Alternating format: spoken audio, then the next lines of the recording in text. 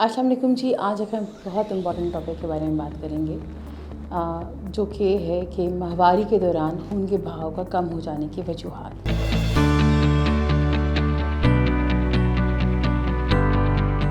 अस्सलाम वालेकुम, I am doctor Zulehuma. I am working as an assistant professor gynaecology. आज हम बात करेंगे एक इम्पॉर्टेंट टॉपिक के बारे में जिसमें वो वजूहात डिस्कस होंगी जिसमें आपके माहवारी का बहाव कम हो जाता है। सबसे पहले तो हमें ये जानने की ज़रूरत है कि माहवारी का पैटर्न क्या है। नॉर्मल माहवारी जब हमें आना शुरू होती है तो उसमें आपके 4 से 6 दिन तक नॉर्मली ब्लीड करती हैं और वो हर महीने माहवारी आती है। ब्लीडिंग का पैटर्न कभी फर्स्ट 2 डेज़ के अंदर एक नॉर्मल एवरेज बहाव होता है, तीसरे चौथे दिन कंपैरेटिवली उसका बहाव कम होता है और अमूमन 5वें छठे दिन वो बिल्कुल स्पॉटिंग तक रह जाती है। कुछ फीमेल्स में ऐसा होता है कि बहाव जो है वो पहले 2 दिन बहुत कम होता है या स्पॉटिंग होती है, तीसरे चौथे और 5वें दिन बहाव तेज़ होता है और छठे दिन फिर स्पॉटिंग पे आ जाते हैं। तो इस तरह डिफरेंट फीमेल्स में डिफरेंट पैटर्न्स होते हैं, तो इसका जानना ज़रूरी है। उसमें फिर ये पता होना चाहिए कि जब आपको रेगुलर पैटर्न में आपको ब्लीडिंग हो रही है या मेंसेस आ रहे हैं तो उसमें आप कितने नॉर्मली पैड सोक करते हैं। नॉर्मल एक एवरेज साइकिल के अंदर 30 ml टू 80 ml तक खून का बहाव जो है वो नॉर्मल कंसिडर किया जाता है। एक छोटा जो टीस्पून अमाउंट है that is a 5 ml amount, ठीक है। तो उसमें अगर आपके 6 टीस्पून अमाउंट पूरे माहवारी के दौरान ब्लीडिंग होती है तो that seems to be normal. अगर ये आपकी ब्लीडिंग 8 या 10 ml से कम हो एक माहवारी के दौरान तो उसको हम इसमें काउंट करेंगे कि आपकी पहले से बहाव जो बेहतर था अब वो कम होना शुरू हो गया है। इसमें बहुत सारी चीज़ें इफ़ेक्ट करती हैं। इसमें आपकी बॉडी वेट की changes, sudden weight gain, weight loss, heavy exercises, any sort of stress और age factor as well. Early जिन बच्चियों की अभी माहवारी स्टार्ट हुई है उसमें शुरू में कम माहवारी आती है and with the passage of time 20 से 30 साल की उम्र में माहवारी कंपैरेटिवली बेहतर हो जाती है।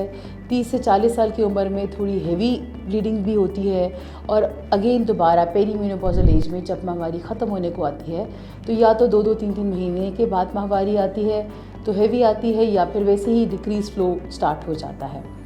तो ये डिफरेंट पैटर्न है जो कि एजेस के साथ फॉलो होते हैं। लगता है बाजार के खाने बहुत खाते हो। जी डॉक्टर साहब, मैं ये मेडिसिन प्रिस्क्राइब कर रहा हूँ, वो आप ले लेना। अब कोई भी मसला हो तो मरहम से डॉक्टर की ऑनलाइन कंसल्टेशन बुक करो क्योंकि डॉक्टर से बात होगी अब घर पर। इसके अलावा लैक ऑफ ओव्यूलेशन यानी जन साइकिल्स के अंदर हमल होने के चांसेस ज़्यादा नहीं होते, उसमें इतनी आपकी बॉडी चेंजेस नहीं आती और आपकी माहवारी कम आती है। और उसके अलावा डिफरेंट मेडिकल कंडीशंस हैं जिसमें जो कि हमारी माहवारी को अफेक्ट कर सकती हैं, जिसमें हमारी थायराइड कंडीशंस हैं। थायराइड एक हमारा बहुत अहम खदूत है जिसका बॉडी की फंक्शनिंग में बहुत रोल है। अगर उसकी मकदार कम या ज़्यादा हो जाती है तब भी वो माहवारी के बहाव पर असरअंदाज होती है। फिर बहुत ही कॉमन कंडीशन जिसमें पॉलीसिस्टिक ओवेरियन डिजीज़ है जो कि हमारी आजकल हर चौथी से 5वीं अगर हम खातून में देखें तो ये बीमारी पाई जा रही है, जिसमें हार्मोनल इम्बैलेंसेस की वजह से आपकी माहवारी के बहाव के पे भी असरअंदाज होता है बाकी चीज़ों के साथ साथ। उसके अलावा आपकी जब माहवारी ख़त्म होने को आती है तब माहवारी कम हो जाती है या और भी कोई एंडोक्राइन प्रॉब्लम्स लाइक जिस तरह कशिंग सिंड्रोम्स है उसमें भी माहवारी के बहाव कम हो जाता है। उसके अलावा अगर कोई आप मेडिकेशन यूज़ कर रहे हैं लाइक अगर आप हमल की दवाइयाँ जिसमें ओरल कॉन्ट्रासेप्टिव पिल्स इस्तेमाल कर रहे हैं उसके दौरान में भी आपकी माहवारी का बहाव कम हो जाता है। और उसके अलावा अगर आपने लोकल कोई यूज़ किया है इंट्रायूट्राइन सिस्टम जिस तरह के मायरेना वगैरह है तो उसमें भी शुरू में आपकी माहवारी कम होती है और आहिस्ता आहिस्ता माहवारी ख़त्म होना शुरू हो जाती है, जिसकी एक बड़ी वजह है कि अंदर की झिल्ली को वो बढ़ने ही नहीं देती। और ये चंद वजूहात हैं जिसकी बुनियाद पर हम ये कह सकते हैं कि पहले से बहाव जो था वो कम हो गया है।